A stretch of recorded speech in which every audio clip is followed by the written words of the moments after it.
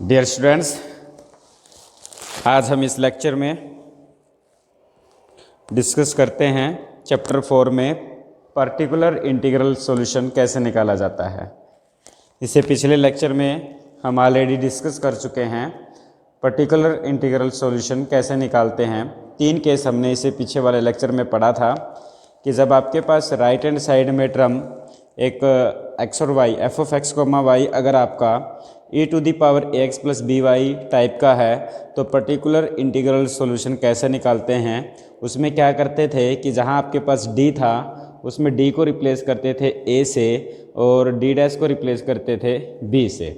Okay student, फिर हमने इसका सेकंड केस पढ़ा था जब आपके पास राइट हैंड साइड में term sine of mx plus n y type से हो या cos of mx plus n y type से है, तो उस टाइप के क्वेश्चन को सोल्व करने के लिए पर्टिकुलर इंटीग्रल सॉल्यूशन में हमें रिप्लेस करना है डी स्क्वायर को तो माइनस एम स्क्वायर से, डी डैश स्क्वायर को हमें रिप्लेस करना है माइनस एन स्क्वायर से और डी डी डैश को हमें रिप्लेस करना है बच्चों माइनस एम एन से। क्लियर है। इसी टाइप से फिर हमने एक थर्ड केस पढ़ा था जब आपके पास राइट हैंड साइड में term x to the power m और y to the power n की टाइप की है, तो आपको कहा था कि जो f of d comma D dash जो इक्वेशन है उसको आप ascending power of d by D dash या d डैश बाई d की असेंडिंग पावर में क्या कर लो बच्चों, एक्सप्रेस कर लो। इस एक्सप्रेशन को क्या करते थे, f of d comma D dash को नीचे से जब ऊपर लेके जाते थे -1 आ जाता था और उसको एक्सपेंड करना है। ठीक है बच्चों, उसको एक्सपेंड करके और उसको राइट हैंड साइड में जो टर्म है उसके ऊपर क्या करते हैं बच्चों, ऑपरेट करते हैं। क्लियर है। ये 3 केस हम ऑलरेडी डिस्कस कर चुके हैं पिछले वाले लेक्चर में। आज हम डिस्कस करते हैं लास्ट केस है आपके पास, case number 4 here. In case number 4 when f of x, y is any function of x, y, जब f ऑफ x, y किसी भी टाइप का फंक्शन हो तो पर्टिकुलर इंटीग्रल सॉल्यूशन कैसे निकाला जाता है। आपको ये जो भी आपके पास इक्वेशन है उसको लिखने का मेथड है कि 1 by F of d comma d y और here is any function of x and y. तो सबसे पहला मेथड क्या है कि जो f of d comma D dash है उसको ब्रेक कर लीजिए पार्शियल फ्रैक्शन के फॉर्म में या उसके फैक्टर बना लीजिए। उसके फैक्टर बनाने हैं। ठीक है, उसको फैक्टर बनाने के बाद जैसे कि हमारे पास एक ये फैक्टर आया 1 अपॉन में डी माइनस एम डैश, इस फैक्टर पे डिस्कस करते हैं। एक फैक्टर पे डिस्कस करते हैं कि आपके पास एक फैक्टर लिया 1 अपॉन में डी माइनस एम डैश, इस फैक्टर को इस फंक्शन के ऊपर क्या करना है बच्चों, ऑपरेट करना है। और वो ऑपरेट करने का तरीका क्या है, कैसे ऑपरेट होगा, आप इंटीग्रेशन निकालेंगे F of X comma Y जो है y है जो उसको हम रिप्लेस कर देंगे किससे बच्चों, c माइनस एम एक्स से। y को रिप्लेस करना है किससे, c माइनस एम एक्स से।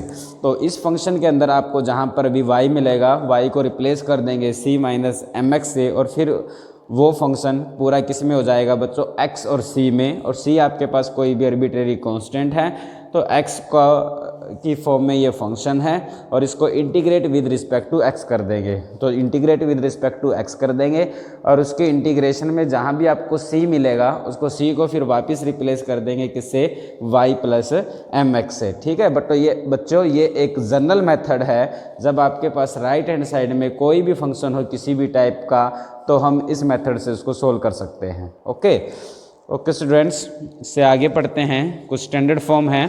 एक है shorter method to find the P I. एक आपके पास क्या है, एक शॉर्ट मेथड है to calculate the value of P I means particular integral solution. इसमें क्या होता है कि आपके पास ये फंक्शन है, पर्टिकुलर इंटीग्रल निकालने के लिए क्या लिखते हैं 1 by F of D comma D dash और एक फंक्शन आपके पास किस टाइप से, F of A X plus B Y के टाइप का फंक्शन है। अगर कहता है कि if F of D comma D dash is a homogeneous function, एक होमोजीनियस फंक्शन है, अगर ये एक होमोजीनियस फंक्शन है डी और डी डैश की फॉर्म में, अगर डिग्री n का, अगर F of d comma D dash is a homogeneous function of degree n, तो हमें क्या करना है, उसका पर्टिकुलर इंटीग्रल सॉल्यूशन निकालने के लिए बच्चों d को रिप्लेस कर दो a से, d डैश को रिप्लेस कर दो b से। अगर वो होमोजीनियस फंक्शन है डिग्री n का तो उसको n टाइम इंटीग्रेट कर दो F of u D you plus F of U D you और ये डी यू भी कितने टाइम्स है बच्चों, n टाइम्स है, D you is n times. और यहाँ पर u क्या है, जो आपके पास ए एक्स प्लस बी वाई है उसको हमने किसके इक्वल मान रखा है बच्चों, u के इक्वल मान रखा है। क्लियर है समझ में। क्लियर है बच्चों। इसमें क्या करना है कि आपके पास जो फंक्शन दे रखा है उसमें d को a से रिप्लेस करना है, d डैश को b से रिप्लेस करना है, और आपको ये चेक करना है जो फंक्शन है f of d comma d dash की फॉर्म में क्या वो होमोजीनियस फंक्शन है in term of d and d dash. अगर वो होमोजीनियस फंक्शन है, अगर वो डिग्री 2 का है तो 2 टाइम इंटीग्रेट करना है, डिग्री 3 है तो उसको 3 टाइम इंटीग्रेट करना है, अगर उसकी डिग्री 1 है तो उसको 1 टाइम इंटीग्रेट करना है। क्लियर है। इसको समझने के लिए हम एक एग्जाम्पल ले लेते हैं जिससे थोड़ा और अच्छा आपको समझ में आ जाएगा। आपने एक केस लिया कि 1/d² minus 4dd dash plus 3d dash का होल स्क्वायर, और साथ में दे दिया बच्चों root of x plus 3y। मतलब ये जो फंक्शन है f of ax plus by type का है, जहाँ पर f of ax plus by किस टाइप से है, root of x plus 3y, जहाँ पर a का काम 1 करेगा और जहाँ पर b का काम बच्चों क्या करेगा, 3 करेगा। क्लियर है। ओके स्टूडेंट्स, आपने देखा कि d इसकी डिग्री क्या है 2, d डैश इसकी भी डिग्री 2 है और d डैश इसकी भी डिग्री क्या है 2 है। तो मतलब it is A homogeneous function of degree 2। अगर ये होमोजेनियस फंक्शन है डिग्री 2 का तो आप इसका डायरेक्ट पर्टिकुलर इंटीग्रल सॉल्यूशन क्या कैसे निकाल लेंगे, जहाँ भी आपको d मिलेगा वहाँ a रख देंगे, बट a का काम कौन कर रहा है 1, और जहाँ भी आपको d डैश मिलेगा वहाँ आप b रख देंगे, बट b का काम किसने किया 3 ने, वो पुट कर दिया। डिग्री 2 है तो डबल टाइम इंटीग्रेशन करना है, फंक्शन को फंक्शन की फॉर्म में लिख दिया रूट, और इस टर्म को क्या मानते हैं x प्लस 3y है, इसको हम क्या लेते हैं बेटा u लेते हैं, क्योंकि u किसके इक्वल होता है ax प्लस by टाइप का, तो रूट u du। तो इसको सोल्व किया तो ये 1 माइनस 12 प्लस 27 बनता है, और integration of double integration of root u du and du। पहले एक बार इंटीग्रेशन किया तो u की पावर 1/2 थी, 1/2 में 1 ऐड करेंगे 3/2 2/3, फिर सेकंड टाइम इंटीग्रेट कर दिया। क्लियर है। और बाद में u जिसको हमने कंसीडर क्या किया था, u को x प्लस 3y, तो u को रिप्लेस कर दिया x प्लस 3y से, और ये हमें क्या देगा बच्चों, एक पर्टिकुलर इंटीग्रल देगा। ठीक है बच्चों, ये आपका एक शॉर्टकट मेथड है to find the particular integral solution. अगर राइट हैंड साइड में फंक्शन आपका किस टाइप से है, f of ax plus by type का है, तो डायरेक्ट इस मेथड का यूज करके हम पर्टिकुलर इंटीग्रल सॉल्यूशन निकाल सकते हैं। ओके स्टूडेंट्स, अब इसी का एक और एक्सेप्शनल केस डिस्कस करते हैं। उसमें एक्सेप्शनल केस में आपको क्या डिस्कस करना है कि अगर आपके पास सिचुएशन इस टाइप से आ जाए कि f ऑफ a, b 0 आ जाए, मतलब d को a से रिप्लेस करने पर और d डैश को b से रिप्लेस करने पर अगर f ऑफ a, b की वैल्यू 0 आ जाती है, तो ये हमारे पास क्या है, केस ऑफ फेलियर है, एक्सेप्शनल केस है। अगर आपके पास सिचुएशन इस टाइप से है 1/bd minus ad dash to the power n f of ax plus by, अगर आप d को a से रिप्लेस करोगे आपके पास टर्म क्या है बच्चों, bd माइनस ad डैश, और फंक्शन क्या है आपके पास f of ax plus by। अगर आप d को a से रिप्लेस करोगे तो ab, और d डैश को b से रिप्लेस करोगे तो ab माइनस ab क्या बन जाएगा, 0 बन जाएगा। मतलब अगर इस टाइप की सिचुएशन है तो आपको डायरेक्ट उसका पर्टिकुलर इंटीग्रल सॉल्यूशन लिखने का है, उसका एक फार्मूला है याद रखना है, वो क्या आएगा बच्चों, x to the power n आएगा। n मतलब ये जो पावर है, ठीक है, वो पावर यहाँ पर आ जाएगी। b जो d का कोफिशिएंट है वो आपका b है, उसकी पावर में भी यही आएगा, और साथ में n फैक्टोरियल, और राइट साथ में फंक्शन आएगा f of ax plus by if it is the case of failure. आप इसको समझ लेते हैं एक एग्जाम्पल की हेल्प लेके।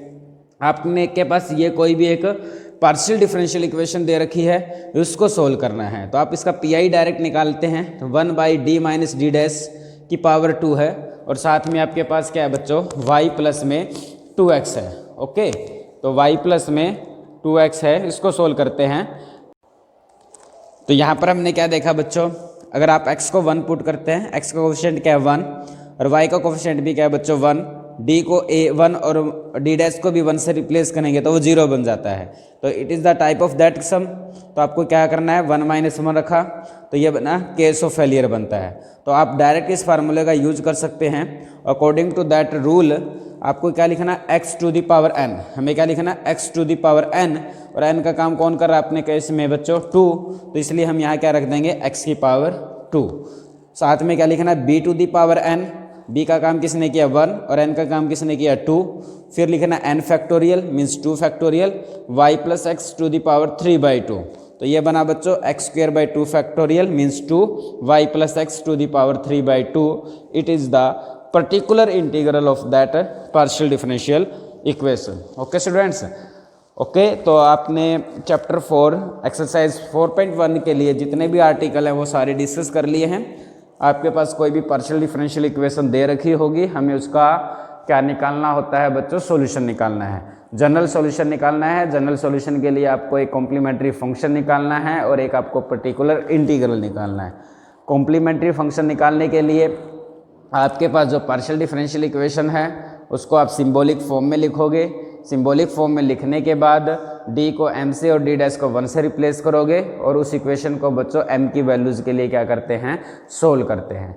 m की वैल्यूज़ को सोल्व करने के लिए आप उसको कॉम्प्लीमेंट्री फंक्शन लिखेंगे। उसको लिखने का मेथड और रूल आपने पढ़ लिया है। अगर रूट रिपीटेड हैं तो कैसे लिखते हैं और रूट डिफरेंट हैं तो कॉम्प्लीमेंट्री फंक्शन को कैसे लिखा जाता है, ये आप पढ़ चुके हैं। फिर बात आ जाती है पीआई की।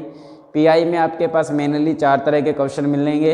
अगर राइट हैंड साइड में e⁴ प्लस by है तो आप उसको कैसे सोल्व करेंगे। अगर f(x, y) आपके पास sin of mx plus ny या cos of mx plus ny type का है तो उसको कैसे सोल्व करेंगे।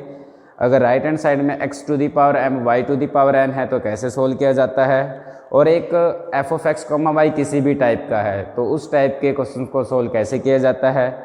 फिर आपके पास एक पर्टिकुलर केस आ सकते हैं, केस ऑफ फेलियर। अगर आप d और d' को a और b से रिप्लेस करते हैं, अगर वो 0 बन जाता है तो उस केस ऑफ फेलियर के क्वेश्चन को कैसे हैंडल करना है ये भी आपको बता दिया गया है। तो इन टॉपिक्स पर बच्चों आपको एक्सरसाइज 4.1 प्रैक्टिस करनी है और एक्सरसाइज 4.1 में कोई भी प्रॉब्लम है वो शेयर करो और उनकी आपके वीडियो बना दी जाएगी। ठीक है, सभी बच्चे एक्सरसाइज 4.1 की प्रैक्टिस करो। तो एक एग्जाम्पल ले लेते हैं एक्सरसाइज 4.1 से ही। क्वेश्चन नंबर 9 है, part first here, solve the following equation. आपके पास एक इक्वेशन दे रखी है d³ - 4d² plus d' plus 5d(d'² minus 2d'³ z is equal to e⁴y plus 2x plus root of y plus x। इसको solve करना है। आप क्या करेंगे, इसकी एक्सिलरी इक्वेशन लिखेंगे। d को m से रिप्लेस करेंगे, d' को 1 से रिप्लेस करेंगे। आपने देखा कि ये इसकी एक्सिलरी इक्वेशन बनती है m³ - 4m² plus 5m - 2 is equal to 0। फिर आप m को 1 पुट करके देखा तो वो इस इक्वेशन को सेटिस्फाई कर जाता है। तो इसका मतलब m is equal to 1 is the root of that equation. अगर एक रूट हमें मिल जाता है क्यूबिक इक्वेशन का तो बाकी 2 रूट निकाल लेते हैं। सिंथेटिक डिवीज़न अप्लाई किया तो आपके पास सिंथेटिक डिवीज़न से इस इक्वेशन के जो फैक्टर हैं वो बन जाएंगे बच्चों m-1 इंटू में m² - 3m + 2 is equal to 0। अब it is a quadratic equation, इसके फैक्टर किए तो वो बन जाते हैं m-2 m-1।